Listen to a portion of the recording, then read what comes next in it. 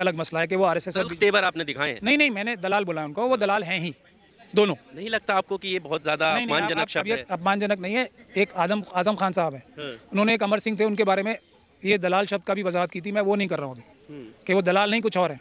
याद है आपको वो? नहीं, तो मैं वो तो वजाहत नहीं कर रहा हूँ ना। वो तल्ख शब्द होता है जो ये डिजर्व करते हैं, जो आजम खान साहब ने अमर सिंह जी के लिए शब्द यूज टू तो नहीं है ना ये तो आप? नहीं, क्यों नहीं है? जो जिस चीज़ को एक्सप्लेन ही नहीं किया सकता। अभी आप एक कुत्ते को क्या बोलोगे? कुत्ता ही बोलोगे ना।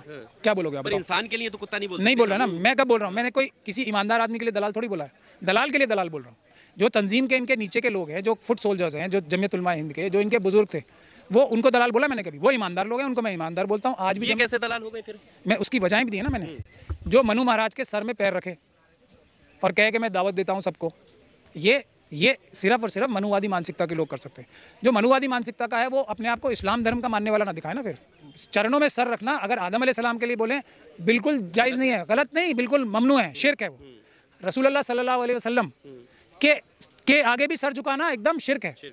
तो हम तो उनको मानते हैं ना कि हम लोग संविधान के मानने वाले हैं, वो लोग मनुस्मृति के मानने वाले हैं। हम संविधान के हिसाब से देश चलाना चाहते हैं जो सभी धर्मों को आज़ादी से फॉलो करने की इजाज़त देता है। वो मनुस्मृति लागू कराना चाहता है। तो ये हमारे मन में फर्क है। कोई नहीं समझा, अरशद मदनी समझे और वो उसको क्लैरिफाई भी नहीं करेंगे। ऐसी तंजीम जिसके पीछे तमाम लोग जुड़े हुए हैं, ठीक है, उनकी एक अपनी जिम्मेदारी तमाम होती है। लोग तंजीम से जुड़े हुए हैं। सवाल तो सुन लीजिए, अभी जवाब देना आप। अगर एक तरफ धर्म संसद चल रही है, इस तरह के बयान आ रहे हैं, तो क्या उनकी जिम्मेदारी नहीं है कि आप भाईचारे के लिए आगे बढ़े, लोगों के साथ बैठकर बात करें? यही प्रयास वो कर रहे थे, तो इसमें दिक्कत क्या है? Very good question.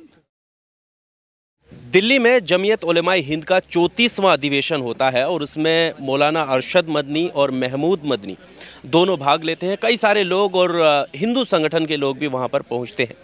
वहां पर उनके जो बयान हैं उनको लेकर काफ़ी प्रतिक्रियाएं आ रही हैं। उसमें से एक सीनियर एडवोकेट महमूद पिराचा साहब भी हैं जिन्होंने काफ़ी कुछ अरशद मदनी और महमूद मदनी के बयान को लेकर बोला है। उसी पर हम बात करेंगे। सर, जिस तरह से अगर वो ये बोल रहे हैं इस नफ़रती दौर में कि ओम और अल्लाह एक हैं, जोड़ने की अगर वो बात कर रहे हैं, एक साथ लाने की बात कर रहे हैं, तो उससे दिक्कत कहाँ है?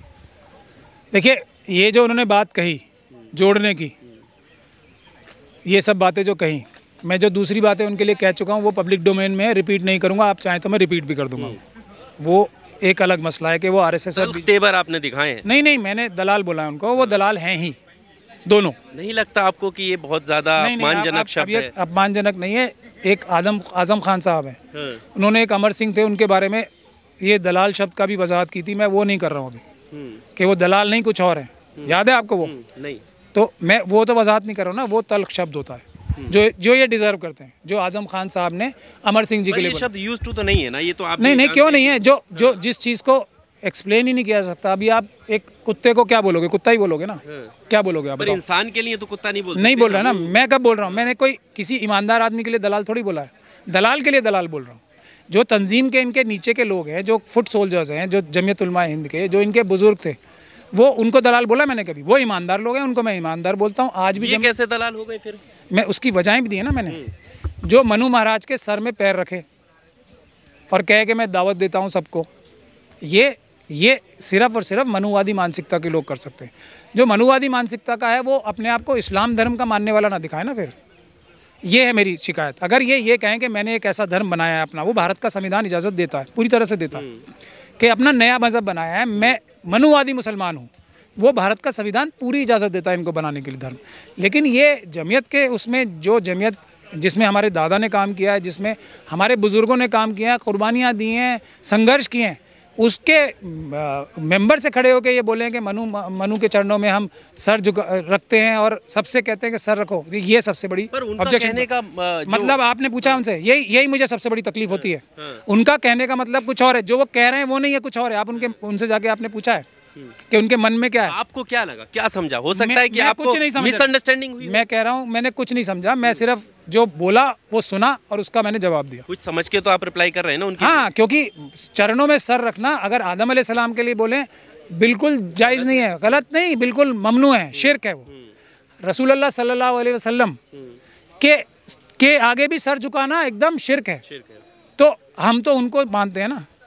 तो उन्होंने हमें मज़हब का गाइडलाइन दिया है, इस्लाम किस तरीके से फॉलो करना है वो रसूलुल्लाह ने बताया ना। उनके आगे अगर हम सर में खम भी नहीं दे सकते, उनके सामने सजदा नहीं कर सकते, तो मनु क्या कोई भी हो। तो ये बात खुले आम रिपीटेडली उन्होंने कही। इसके बाद मैं क्या मतलब समझूँ? उसके बाद कोई क्लैरिफिकेशन दी कि मैं बूढ़ा हो गया हूँ, मुझे याद नहीं रहा था, मेरा मतलब ये नहीं ये था, आज तक कोई क्लैरिफिकेशन दी?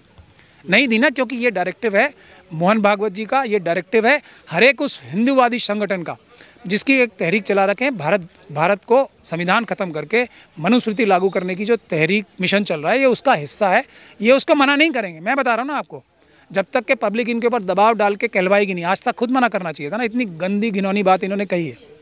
क्यों कही है? मनु के बारे में क्यों कही है? क्योंकि हम लोगों ने जो SC ST OBC और माइनॉरिटीज़ के बीच में एकता बन रही है, वो क्यों बन रही है कि हम लोग संविधान के मानने वाले हैं, वो लोग मनुस्मृति के मानने वाले हैं। हम संविधान के हिसाब से देश चलाना चाहते हैं जो सभी धर्मों को आज़ादी से फॉलो करने की इजाज़त देता है, वो मनुस्मृति लागू कराना चाहता है।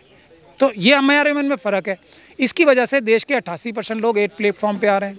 जो आपने स्वामी प्रसाद मौर्य जी को देखा, अभी मैं कल बॉम्बे गया था, वहाँ देखा आपने, तो उनको मारने काटने की बातें हो रही हैं।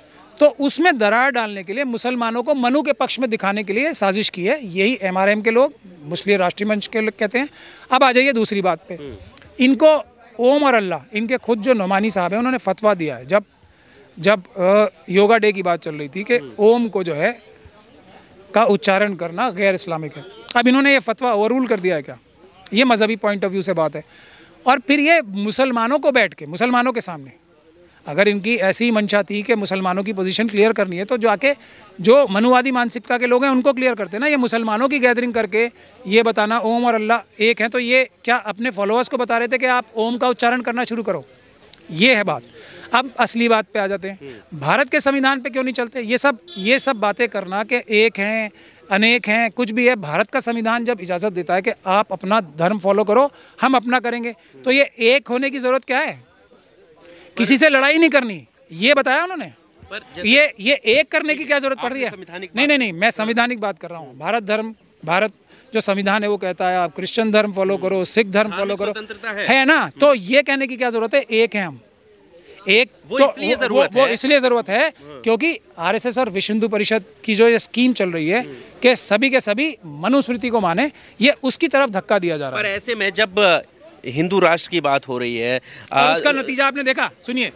जो दूसरे धर्मों के लोग आए भी थे, हालांकि वो खुद RSS से हैं, तो मेरा शक तो ये भी जाता है कि RSS ने ये प्रोजेक्ट करके और लड़ाई कराई आपस में, पर कराई ना, और लड़ाई स्टेज से ही हुई ना, उससे सौहार्द बना या खराब हुआ उस मीटिंग से? नहीं, आप बड़ा नहीं, मैं 1 मिनट में इसका आपके हिसाब से मैं कह रहे हैं कि क्या जरूरत थी, क्या जरूरत थी? एक बार मेरा सवाल तो सुनिए, मेरी बात सुनिए पहले। मैं आपके 10 सवाल सुन रहा हूँ और 100 और सुनूंगा।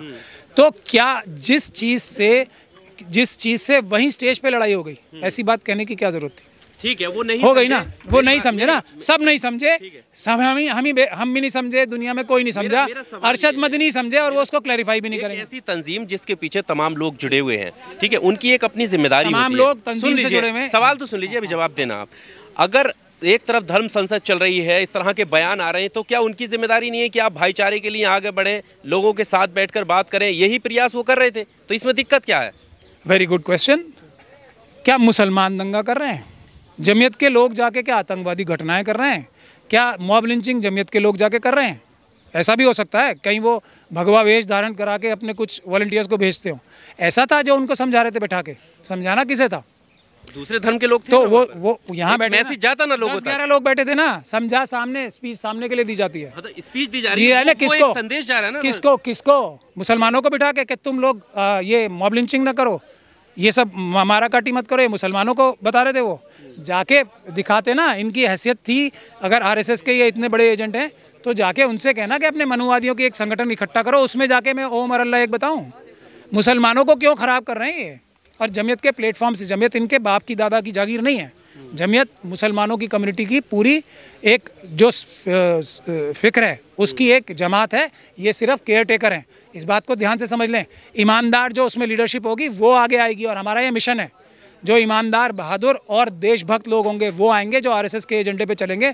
उन सभी लीडरों को हटा के दूसरे ईमानदार देशभक्त लोगों को बनाया जाएगा, जो बहादुर हैं, ईमानदार हैं और देशभक्त हैं। चलिए, शुक्रिया। Subscribe now and press the bell icon. Never miss an update.